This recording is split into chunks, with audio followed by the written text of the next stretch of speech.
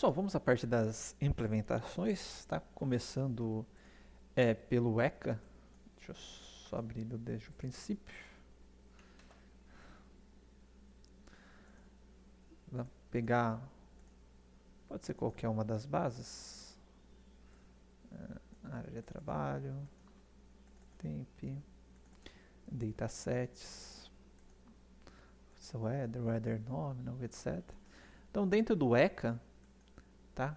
Ele vai estar dentro aqui do functions e vai ter aqui o multilayer perceptron, tá?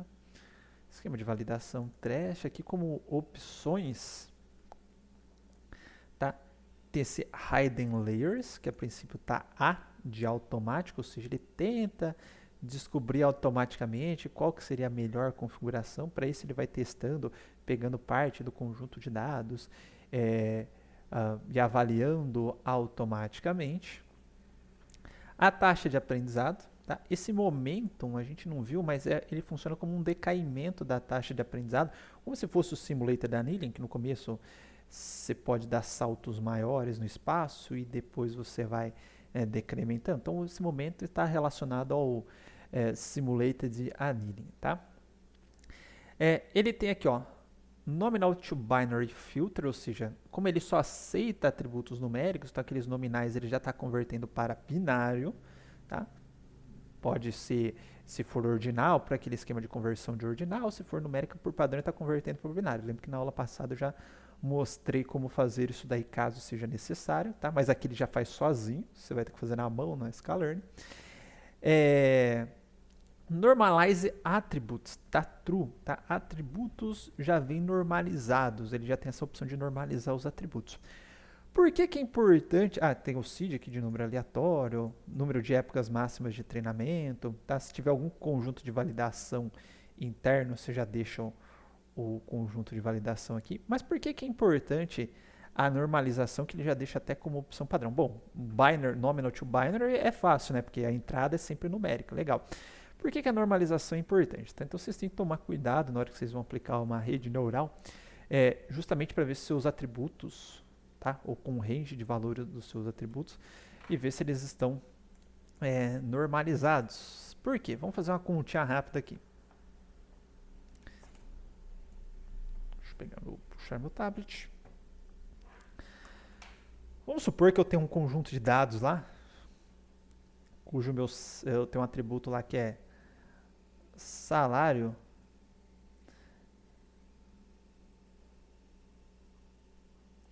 que é 50 mil, certo? Vou colocar aqui, pagador.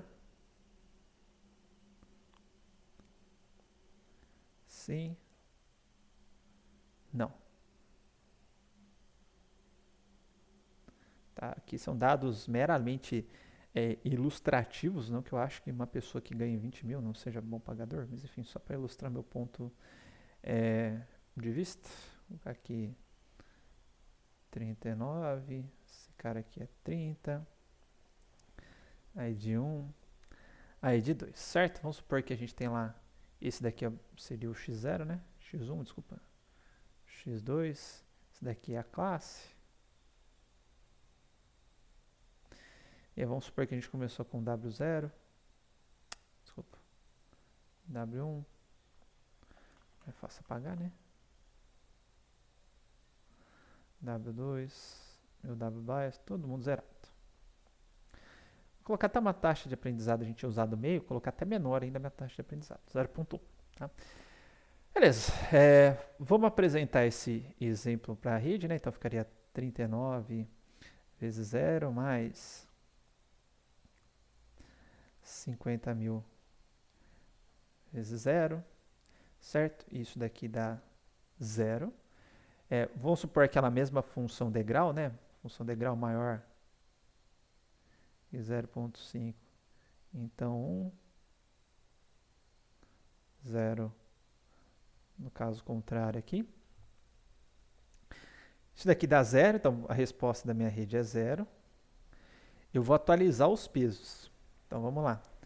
O W1 é igual a ele mais 0.1 vezes saída desejada. Vamos supor que o sim ele vira 1 e o não ele vira 0. Né? Então a saída desejada é 1, eu respondi com 0 vezes 39. Tá? O que vai acontecer com o meu W1? Ele vai ser igual a 0 mais... tô ficando doido, gente. Tem as continhas ali em cima. Vai ficar, isso daqui dá 1, então dá 39 vezes 0,1, dá 3,9. Tá? O W2, deixa eu me mudar de banda para cá de novo. O W2, ele vai ser igual a 0 mais 0,1 vezes 1 menos 0 vezes 50.000. Isso vai dar 5.000, certo? Então agora a gente tem aqui, tem que atualizar o WBAS, né? Então, WB igual a 0 mais 0,1, 1 menos 0 vezes 1 é 0,1. Então a gente tem aqui 3,9, 5.000 tá? E 0,1. Beleza, apresentar o segundo exemplo. Esse foi o primeiro, né? Segundo exemplo, na hora que a gente apresentar o segundo exemplo, vai ser 30 vezes 3,9, podia ter arredondado para 4, né? Mais 20.000 vezes 5.000. Não sei se já estão percebendo qual que vai ser a caquinha aqui. Vou pegar uma calculadora.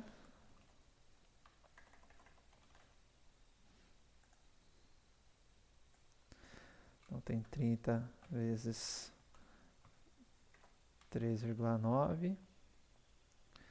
Isso daqui dá 117 mais... Nossa Senhora! Se fosse só por 5, 20.000 vezes 5 dá 100.000, mais 0, 0, 0, mais 0,1. Isso é igual a 1, 0, 0, 0, 0, 1, 1, 7,1. Obviamente que isso daqui vai dar um erro, né? Que ele vai responder com 0, muito maior que meio. Então isso daqui vai responder com 1. Vamos atualizar? W1 é igual a 3,9 mais 0,1. Era para responder com 0, eu respondi com 1, vezes 30. Então isso daqui vai dar 0,1, esse daqui dá menos, né? Menos 0,1. Então isso daqui dá menos 3. Então W1 deu 0,9. Legal. W2 é igual a 5.000 mais 0,1 vezes... quanto que eu tenho? 20.000.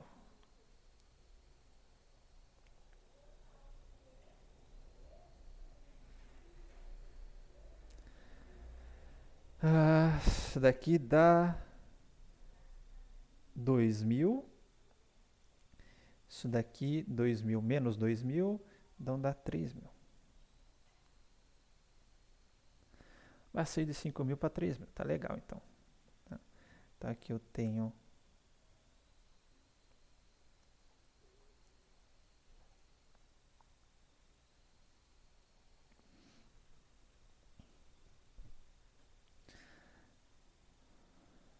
E aí, vamos colocar aqui.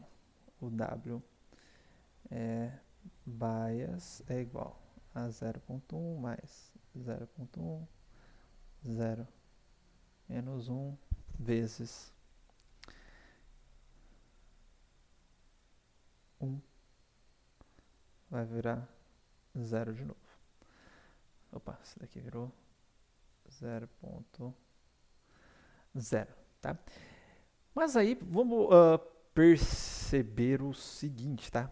Que legal, tô com números muito grandes. Na próxima vez que eu apresentar esse exemplo aqui não vai dar erro, né? Porque eu vou gerar um valor gigantesco por conta desse 3.000, que vai dar um valor muito acima de 1. Se eu for apresentar o de baixo, vai dar erro de novo, porque eu estou gerando valores gigantescos novamente. Tá? E o que vai acontecer aqui? Tá? Vai dar um erro de menos 2.000 de novo, certo? Porque aqui eu vou ter 3.000, mais aqui é 0.1, 0 menos 1 dá menos 0.1, vezes 20.000, isso dá menos 2.000. Então, numa próxima iteração, esse cara aqui, ele iria ser 1.000, para o segundo exemplo, que daria erro, certo? Aí vai atualizar os outros aqui, tudo bonitinho, mas eu não estou preocupado com eles por enquanto. Na outra iteração, eu vou apresentar o primeiro, vai dar um valor positivo ainda, muito maior que meio, tá? Porque eu estou multiplicando aqui por meio. Hora que eu apresentar o segundo, vai dar erro de novo. Eu vou tirar mais 2.000 desse cara. O que vai acontecer com ele? Ele vai virar menos 1.000. Beleza. Vou apresentar o primeiro de novo. Tá? O que vai acontecer com esse cara aqui? Ele vai dar um erro, porque agora eu vou estar gerando um valor negativo. E eu vou acrescentar mais 5.000 nesse cara. Ele vai voltar para 4.000. Certo? Depois, ele vai reduzir para 2.000. Certo? Por causa do erro aqui de baixo, que vai dar um valor muito positivo. Depois ele vai reduzir para 0.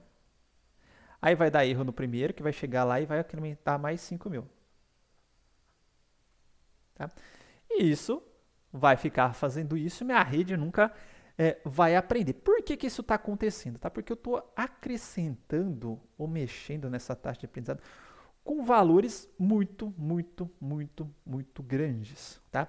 Isso não é bom para a convergência da rede. Inclusive, se eu estivesse colocando valores maiores aqui, tá? Vocês iam ver que a rede não começava mais nem convergir, já ia começar a desvergir, ia ser um desastre. Tá?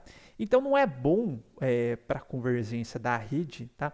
Ter esses valores muito grandes aqui, uma que não vai ajudar na convergência, outra, quem está dominando aqui o cálculo da resposta do 0 ou 1, perceba que eu não estava nem olhando para esses caras aqui, certo? Quem estava dominando aqui era o salário, que é ele que dá o estímulo maior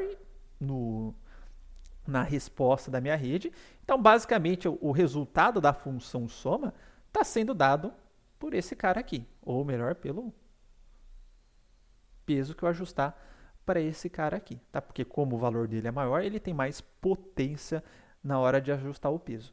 Então não importa muito os outros atributos. A gente viu que isso não é legal depender só de um único atributo aí, porque muitas vezes ele não pode ter capacidade preditiva suficiente para isso, tá? Então qual que eu aconselhava aqui novamente, tá? Assim como a gente fez no algoritmo de similaridades, a gente normalizar ou padronizar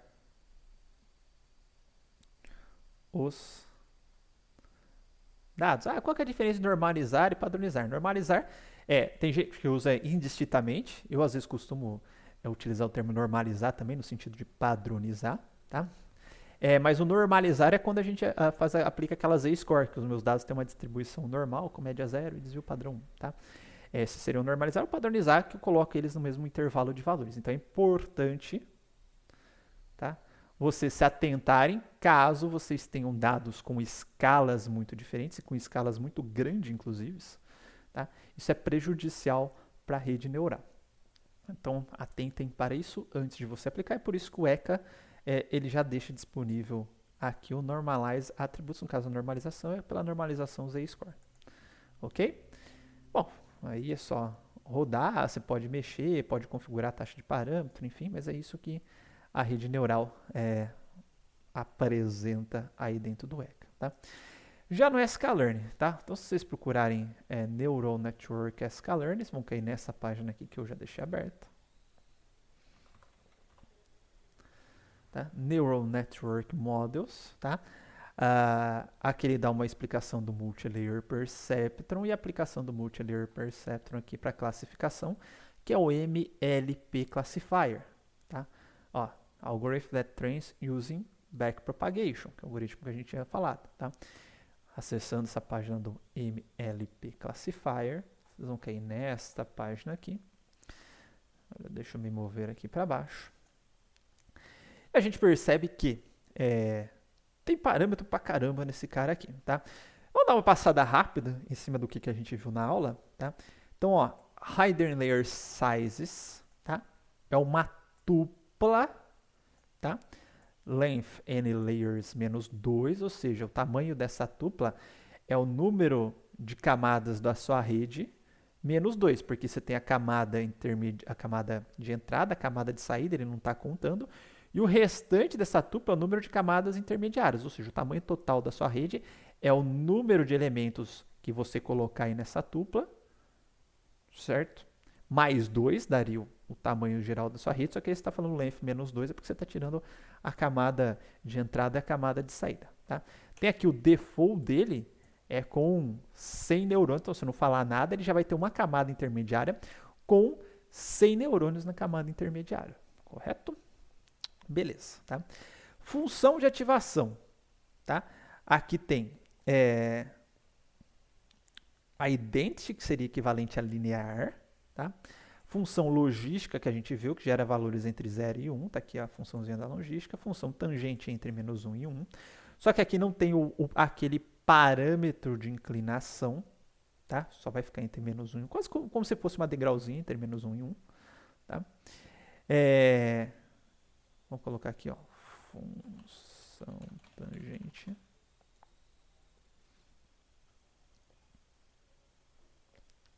Ah, não tá implementado igualzinho, mas vamos lá. Vamos dar uma tombadinha, ser uma função tangente não nesse sentido, mas sentido inclinado, tá? Pega essa função e inverte ela. Eu acho que a função aqui ela não está correta, porque não é só a função tangente, é que nem a gente viu no slide.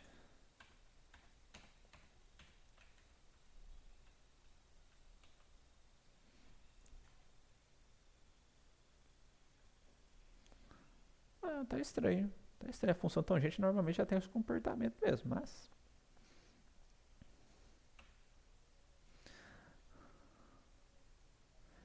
na verdade é o arctan, né? É essa daqui, ó. 1 menos x quadrado mais x. Essa é a função tangente, tá? Ou ainda essa daqui, mas o tangente, o valor fica...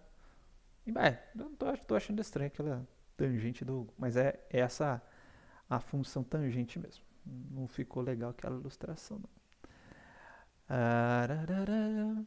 Beleza, e a função relu, apesar de que eu não entendo essa documentação do sklearning, que nem no caminhos não tem um cosseno, você colocar o cosseno funciona. Aí você vai ver que você colocar alguma dessas daqui que não existe, vão aparecer outras funções ali para vocês, tá?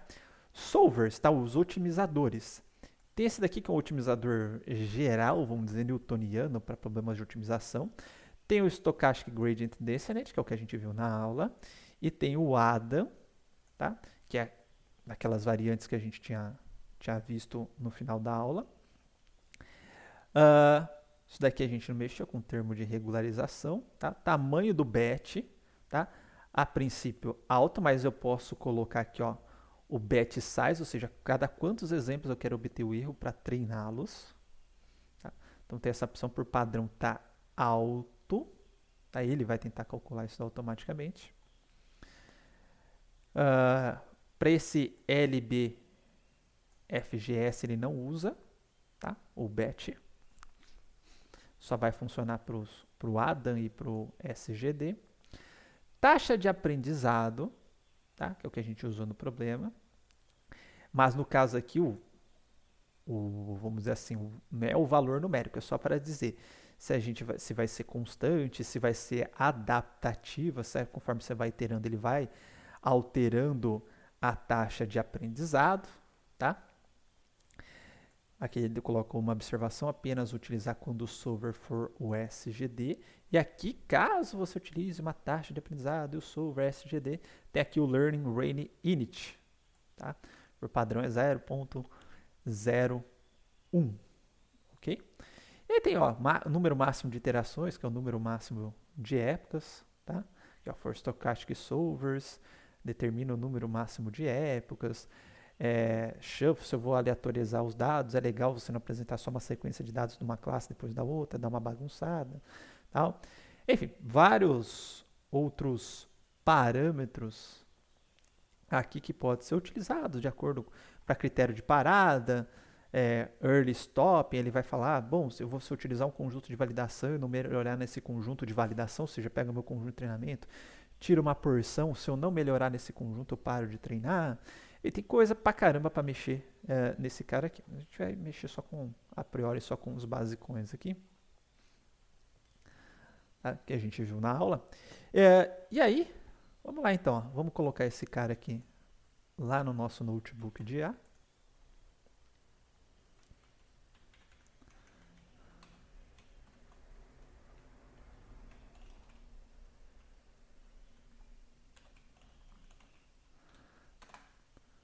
Vou importá-lo. As outras eu já deixei para importados aqui. Tá? Vou ler a base da íris. Tá? Lembrando que a base da íris é uma base numérica, os valores não são muito grandes, não tem, é tudo tamanho em centímetros, já nenhum das mensurações domina a outra. Tá? E aqui eu vou começar colocando, apagando esse meu caminhos.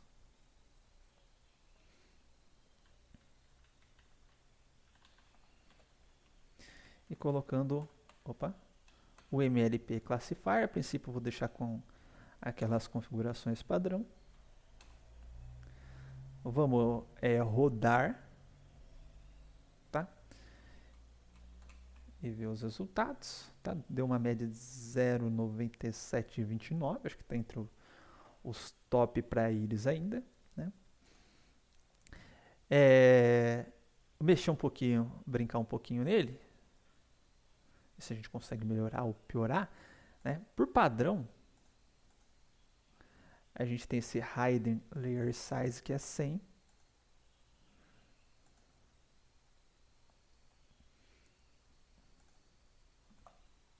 Tá?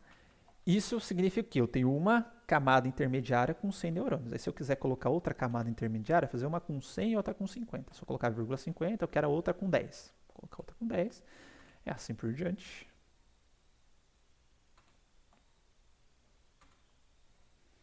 Tá? Na verdade, muitas camadas acabaram de piorando, né? Porque ele deve ter criado hiperplanos muito ajustados aos dados, que na prática não correspondem muito bem, então não foi uma boa ideia. Tá? Não é só aumentar que você melhora o resultado, senão era só colocar um monte de camada. Se eu colocar só com uma 50 fica muito... Opa!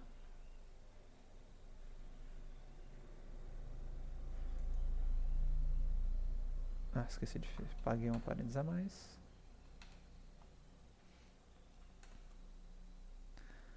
Ó, 97, 97. Outra 97, 27 já deu uma pequena melhoradinha no resultado. Estamos quase chegando nos 98 aí. A outra coisa que dá pra gente fazer é o verbose igual a true, que a gente consegue perceber o seguinte, tá? A gente vai apresentando as iterações. Perceba que ele faz algumas inicializações aqui da rede por conta daqueles pisos aleatórios. Tá? Então ele faz vários treinamentos da rede e tenta pegar aquela com o melhor erro possível. Deixa eu subir tudo aqui para a gente ver. Então percebe que na primeira iteração, ou seja, na primeira época, eu tinha um erro de 1.44. Conforme... isso que eu estou usando aquele... Não mexi no otimizador ainda, né? Mas conforme eu vou apresentando, conforme as épocas vão passando, a cada iteração, a minha rede vai diminuindo o erro dela. Tá? Mas perceba que a hora que chegou... Aqui deu um pequeno probleminha, né? Já foi para outro. Perceba que a hora que chegou no 200, ele não estava muito pequeno. Quer dizer, eu podia aumentar mais e deixar ela tentar aprender mais. Só que aí também eu corro o risco de super especializar muito nos meus dados, né? Mas enfim, o que a gente está vendo aqui, a rede está aprendendo, nunca está chegando nem próximo do zero, né? Então talvez a gente possa testar aqui o número máximo de iterações. Vamos pegar aqui. Dá para mexer na taxa de pesado. Esse early stopping aqui eu vou colocar falso também. Que ele faz umas continhas, separa um conjunto de treino para testar. Eu não gosto muito. Early stop igual a false. Opa. Ah, esqueci da vírgula.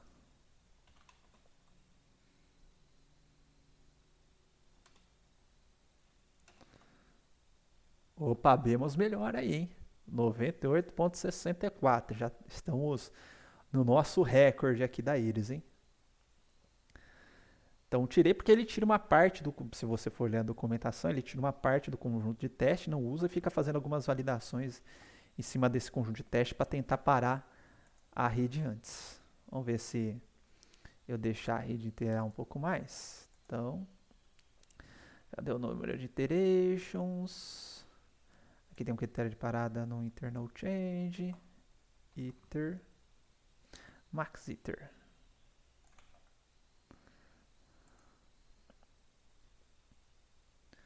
Vou colocar aqui o max iter igual a quentinho. Vamos ver se melhora.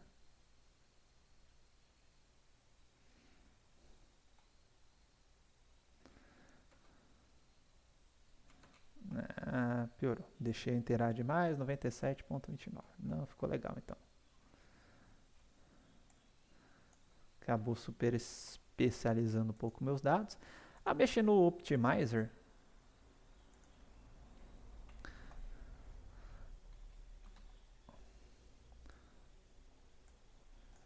Vamos colocar o solver. O que nós temos aqui? O SGD, né? Que a gente viu na disciplina. Vamos colocar então solver igual SGD.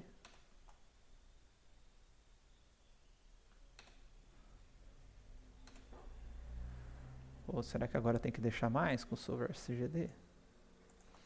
Vírgula max iter igual a 500.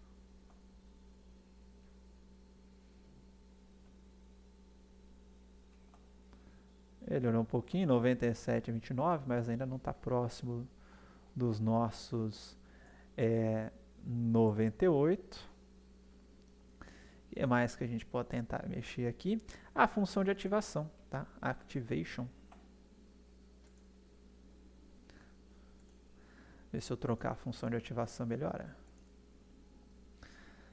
Activation igual a logistic.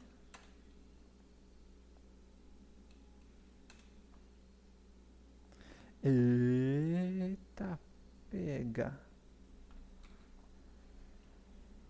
Ele nem convergiu? O que aconteceu? Ah, por causa dessa tolerância. Pera aí.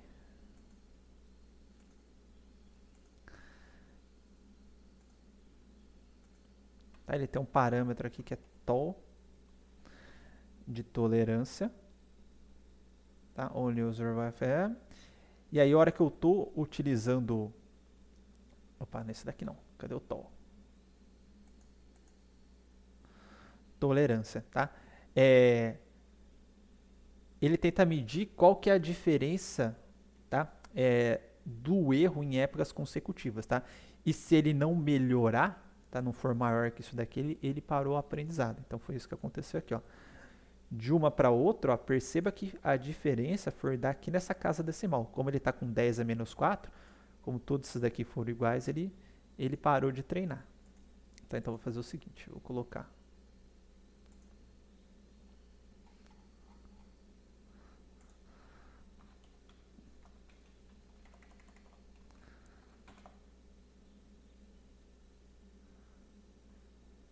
tol igual a 0. Agora ele vai treinar mais, ó.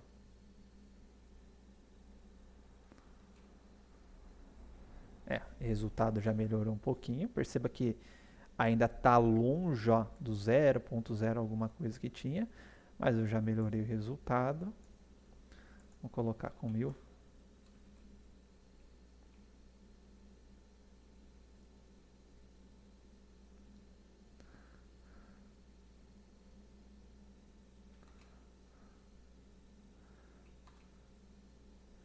0.69, eu não lembro qual que estava anterior, mas acho que já deve ter melhorado um pouquinho, enfim, mas aqui eu estou precisando então de mais iterações aqui por conta dessa função sigmoid. Eu posso mexer no batch size também, né? Colocar o batch size igual a 500, tal. Vamos só tirar a camada aqui e ver se melhora.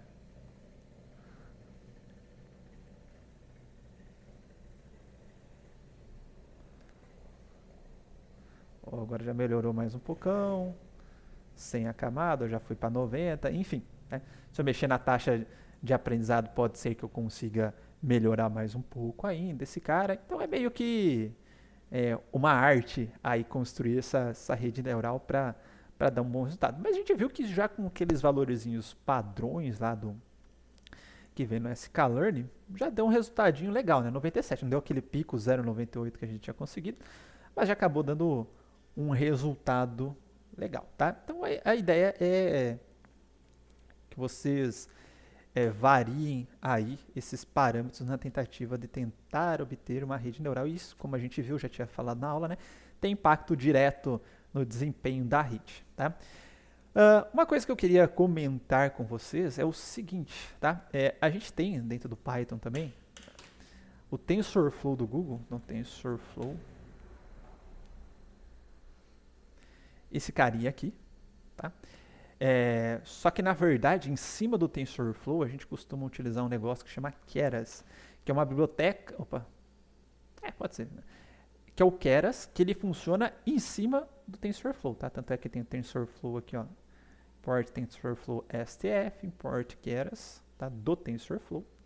E aí, como que funciona, tá? Eu consigo construir uma rede neural muito personalizada, tá? Coisa que a gente não consegue construir ali no sklearn, tá? Porque no sklearn é número de neurônios por camada, tal, qual que é a função de ativação, ou seja, a mesma função de ativação para todo mundo, e taca ali pau. Aqui não, tá? Aqui nesse Keras, eu tenho esse models sequential, ou seja, um modelo sequencial, e aí eu vou adicionando nesses modelos sequenciais o que eu quiser, o tipo de camada que eu quiser, com o número de neurônios que eu quiser, com a função de ativação que eu quiser, tá? Então aqui ele está dando um exemplinho, né, de uma construção de um modelo sequencial, em que aí com 3 camadas, que ele fala camada densa com 2 neurônios, activation ReLU, o nome da camada é layer 1, tudo bonitinho, camada densa 4 e assim por diante. Nem sei se ele dá outros exemplos mais bonitinhos aqui pra frente. Não gostei. Tá? Deixa eu pegar um que eu tenho aqui. Colab, deixa eu ver se eu estou no usuário. Essa daqui mesmo.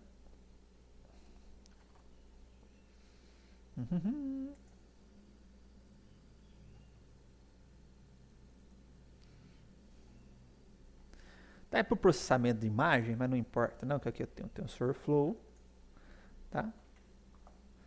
Cadê o Keras? Só estou utilizando 2 coisas do Keras, porque aqui eu não importei o TensorFlow, uso o Keras direto do objeto TensorFlow.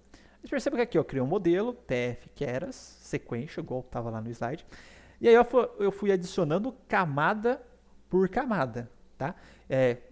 Aqui é um outro tipo de rede, né? Aquela rede convolucional para criação de imagens. Mas enfim, o que eu queria mostrar é... Aí eu vou dando um model DDD, qual que é o tipo de camada que eu quero. Nesse caso lá é por filtros, parâmetros da camada, tudo bonitinho, vou adicionando. Aqui tem uma parte da camada densa, ó, que é a camada de neurônios mesmo, dos neurônios que a gente viu.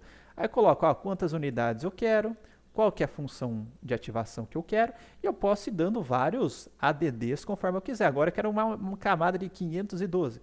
Vou lá, modo ADD, TF, quero layer density, units 512, qual que é a função de ativação? É a sigmoid, é não sei o que, não sei o que lá. Vai colocando, tá? No final, como eu tenho um problema com 6 classes, eu adicionei uma função de uma camada densa, também, né, porque com neurônios ali tradicionais, totalmente conectados aos neurônios da camada anterior, isso é chamado de camada densa, né, com a função de ativação softmax. Tá? O que é essa função de ativação softmax que eu tinha falado? É só uma normalização da função sigmoide. Softmax. Taraparam, tá? Cada saída, tá, é dado por um score. Esse daqui tá meio estranho. Ah, não, aqui tá linear, tá? Passou por uma função logística, que é essa daqui, a mesma que a gente viu no slide da aula, e eu divido pelo somatório de todas as funções. Esse somatório dá uma probabilidade, certo? Soma dá 1. Então essa é a normalização softmax. Deixa eu ver se tem outra imagem melhorzinha. Não, aquela imagem é boa. Aqui. Tá? Então é como se eu pegasse cada saída do neurônio, aplicasse aquela saída. Então y1 aqui eu colocaria o valor 2, isso vai me gerar um valor entre 0 e 1, né? E assim por diante, e vou somar com todas as saídas aqui, o resultado da sigmoid, todas as saídas, vai me dar as probabilidades aqui. Isso que é o softmax, tá? Mas eu fui colocando aqui camada por camada, e depois para ajustar... Ah, aqui, ó, esqueci. Aí eu vou especificar, né, no final, que eu já construí a minha rede, qual que é o otimizador.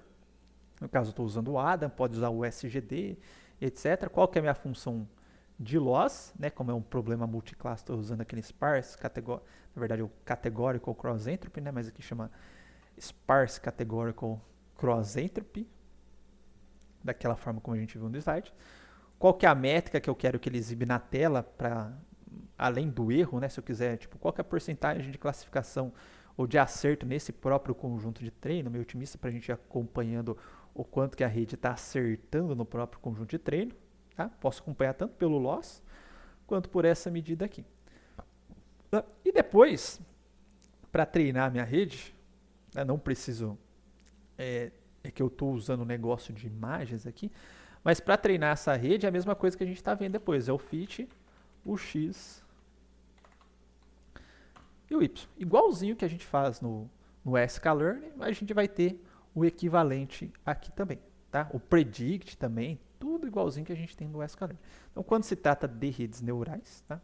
Eu prefiro usar esse daqui, vou deixar para vocês verem, né? Já que a ideia é a gente aprender aqui o sklearn, tá?